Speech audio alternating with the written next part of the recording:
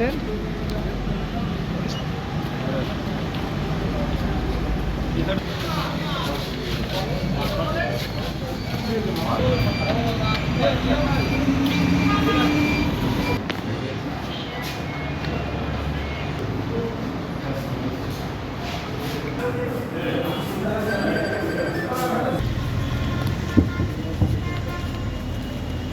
RAB ৬ CPC-3 Jessore ক্যাম্পের একটি চৌকস আভিযানিক দল গোপন সংবাদের ভিত্তিতে যশোর জেলার বাগারপাড়া থানার কিসমত মাহমুদপুর এলাকায় অভিযান পরিচালনা করে। অভিযানের সময় নড়াইল জেলার তানবীর ফিলিং স্টেশনের ম্যানেজার নাহিদ সরকারকে ট্রাক চাপা দিয়ে হত্যাকারী ঘাতক ড্রাইভার সুজাত আলীকে র্যাব ৬ গ্রেপ্তার করে।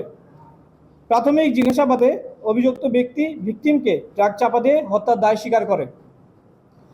স্থানীয় সূত্রে জানা যায়, নড়াইল যশোর মহাসড়কের পাশে অবস্থিত ওই ফিলিং স্টেশনে শনিবার দিবাগত রাতে পেরলি গ্রামে ট্রাক চালক সুজাত মোল্লা পাম্পে ডিজেল নিতে আসেন।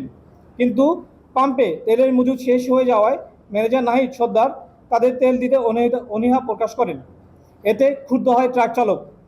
প্রত্যক্ষদর্শীরা জানান, এক পর্যায়ে পরিস্থিতি উত্তপ্ত হয়ে উঠলে ট্রাক চালক প্রকাশ্যে নাহিদকে ট্রাক চাপা দিয়ে হত্যার হুমকি দেন।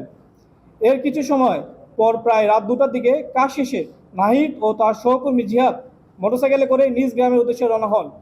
ফিলিং স্টেশন থেকে মাত্র 100 গজ দূরে পৌঁছালে পেছন থেকে দ্রুত গতিতে এসে ঘাতক ট্রাকটি তাদের মোটরসাইকেলের উপর তুলে দেয় এবং ঘটনাস্থলে নাহিদ সর্দার নিহত হয়।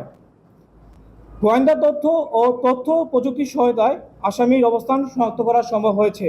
যশোর জেলার বাগারপাড়া থানার কিসমত মাহমুদপুর এলাকা হতে হত্যা মামলার প্রধান আসামিকে গ্রেপ্তার করা হয়। এই বিষয়ে অভিযুক্তকে আরও জিজ্ঞাসাবাদ করা হচ্ছে, পরে আরও বিস্তারিত তথ্য জানানো হবে।